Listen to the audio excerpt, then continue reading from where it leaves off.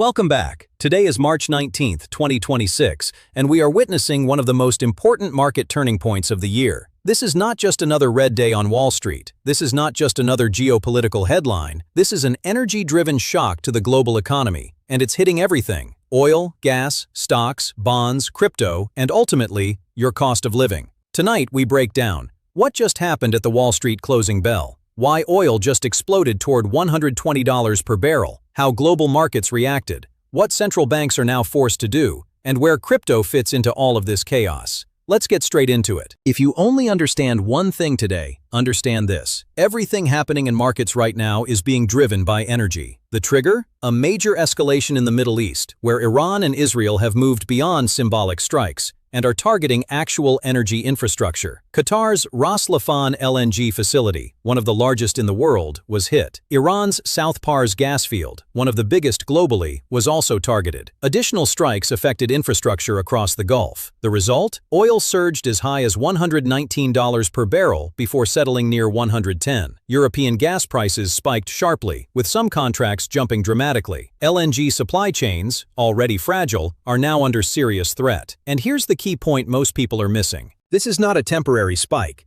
This is a structural supply shock. We are talking about infrastructure damage that could take years to repair. And even more importantly, roughly 20% of the world's oil and gas flows through the Strait of Hormuz. If that choke point is disrupted, even partially, the global economy doesn't just slow down, it resets. Let's move to Wall Street. Today's session was defined by one word: fear. By the closing bell, the Dow dropped roughly 400 points. The S&P 500 fell around 0.7 to 0.9%. The nasdaq declined close to 0.8%. And this is key: the US didn't crash as hard as Europe or Asia. Why? Because the United States is more energy independent. Still, make no mistake, the market tone is shifting rapidly. Tech stocks are under pressure. High-growth names are falling. Even strong earnings are being ignored. We saw that clearly today. Micron reported strong numbers, but still dropped. Tesla and other major names dragged lower. This tells you something critical. The market is no longer trading fundamentals, it's trading macro risk. Now zoom out globally. The situation is significantly worse outside the United States. Across Europe and Asia, major indices dropped between 2 and 3.5%. European stocks saw some of their biggest declines since the conflict began. Why? Because Europe is heavily dependent on imported energy. And now, gas prices are surging, LNG supply is threatened, inflation is coming back hard. This is where things get dangerous. Markets are now pricing in something we haven't talked about in months: rate hikes, not cuts. Bond yields surged globally. Central banks are turning hawkish again. So instead of rate cuts are coming, we're now hearing inflation is back and we may need to tighten again. That's a massive narrative shift. Let's connect the dots. For the past year, markets were betting on falling inflation, rate cuts, economic stabilization.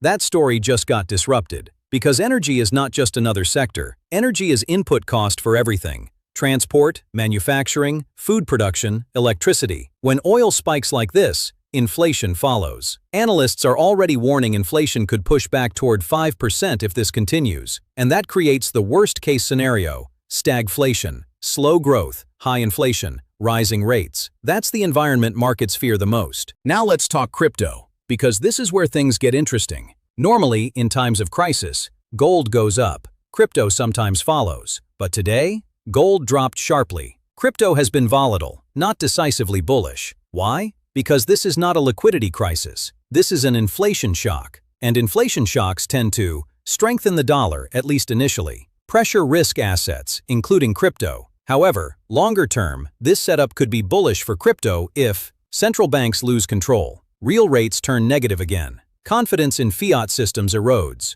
So crypto right now is in a transition phase, not leading, but watching. Here's what matters going forward. Number 1, the Strait of Hormuz. If this escalates further, oil could go to 120, 140, even higher. Number 2, energy infrastructure attacks. This is the real game changer. We've moved from symbolic conflict to economic warfare. Number 3, central banks. Watch the Federal Reserve, the ECB, and the Bank of England. If they turn aggressively hawkish again, markets will struggle. Number 4, volatility events. We have a massive options expiration, what traders call triple witching. That could inject even more volatility into already unstable markets. Let's step back. What we're seeing right now is not random. It's the intersection of geopolitics, energy dependency, monetary policy, and it's exposing a reality many ignored. The global economy still runs on oil and gas. Not narratives, not ESG frameworks, not political promises, energy. And when energy is disrupted, everything else follows. Markets are waking up to that reality. The question now is this a temporary shock or the beginning of a much larger global reset? Call to action. If you want daily breakdowns like this, covering markets, oil and gas, crypto, geopolitics, subscribe to the channel, because this story is far from over.